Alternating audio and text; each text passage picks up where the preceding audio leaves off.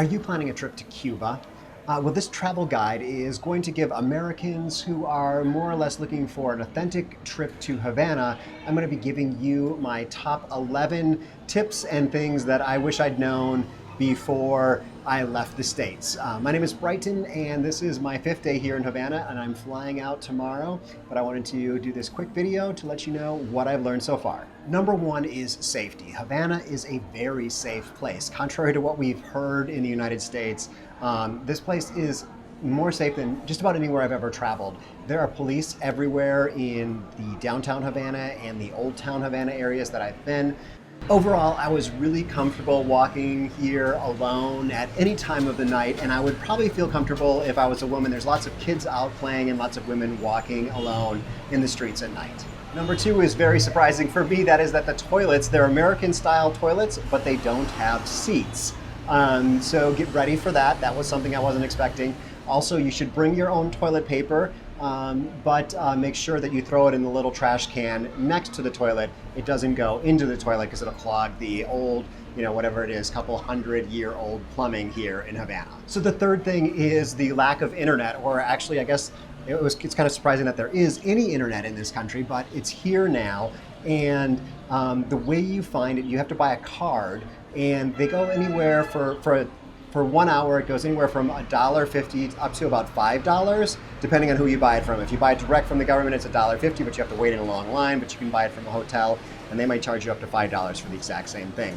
But it's for Wi-Fi. It gives you a username and password. And the way you find the Wi-Fi spots is you look for people who are using their cell phones and kind of, sitting there connected to the internet. Often in the old town, that's outside a major hotel. And in more of the downtown area, that's usually a park or some other public place. So the place to stay is Casas Particulares. And these are essentially private homes, and they might be renting out a couple rooms or just one room. And this is a very authentic way to see Cuba, and it's been going on for a long time. They've got these nice blue signs that announce it. You don't need to make a reservation in advance. Just ring the doorbell or knock on the door or climb up the staircase, because most of them are upstairs. You're going to climb a lot of stairs here in Cuba. And just knock on the door and ask them if they have a room available. And if they do, they will quote a price for you, usually between $20 and $40 for a night. You can probably fit, one or two people in a room. And if they don't have a room available, they'll probably tell you to wait while they get on the phone and talk to their friends and find a place nearby that they can send you to. You should know some Spanish, like just the basic numbers and travelers Spanish. I found this to be pretty helpful. The money situation I'm going to talk about in a second, but it's a little bit confusing, so it's good to be able to count and make sure you're able to communicate to someone that they're giving you the correct change. So most of the tour guides are going to speak English, but maybe the person who's running your casa, or if you're going to inexpensive restaurants, they will probably not speak English. And so you want to make sure you can communicate with them, and you can haggle here, at least for transportation. That's something the guidebook said, that they don't really haggle, they just have set prices.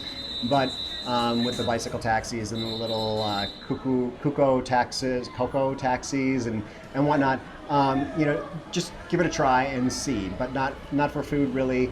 Gonna get into that a little bit. But yeah, some great options if you know a little bit of traveler's Spanish. So that brings us to money. It's very confusing in this country. They have multiple forms of money.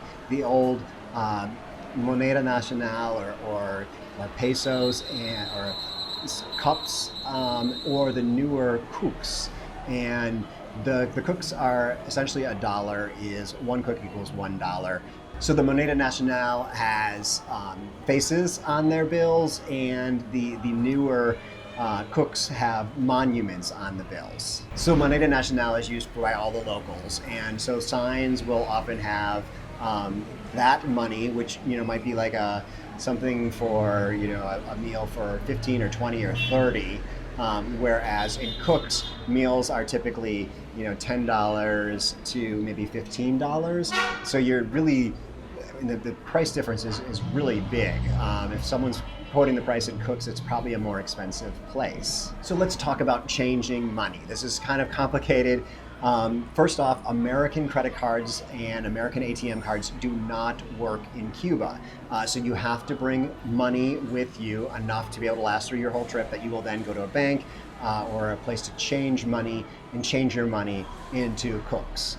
And be sure to ask for lots of small bills. The bills are 1 cook, 3 cook, 5 cook, 10, and 20. And often when I would go to change money, they want to give me 10s and 20s and just, maybe 1 5.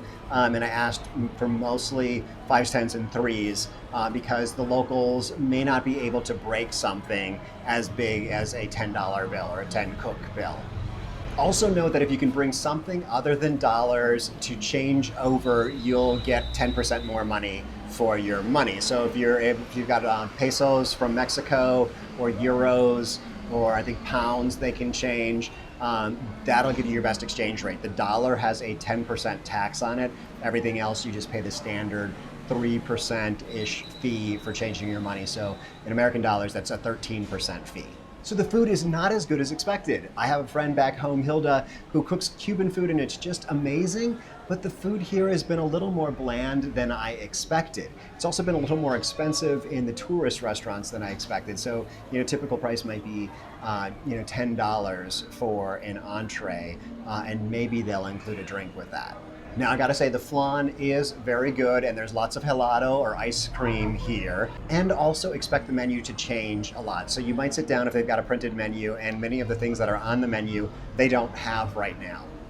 Some places actually have little changeable signs, some of the more local places where they can slide what they have in and out, or they have written on a chalkboard what their offer is for that day. One more thing that I didn't expect was how loud the city is. This is a city, the cars might not have as good of mufflers, there's definitely honking horns, there's music everywhere.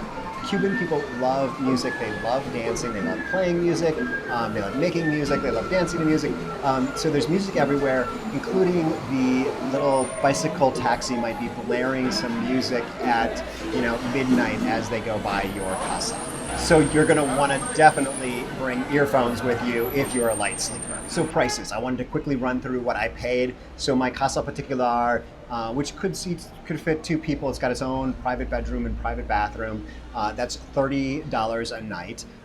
Pretty typical for drinks to be between $2, maybe $3, maybe $5 at the really more expensive hotels.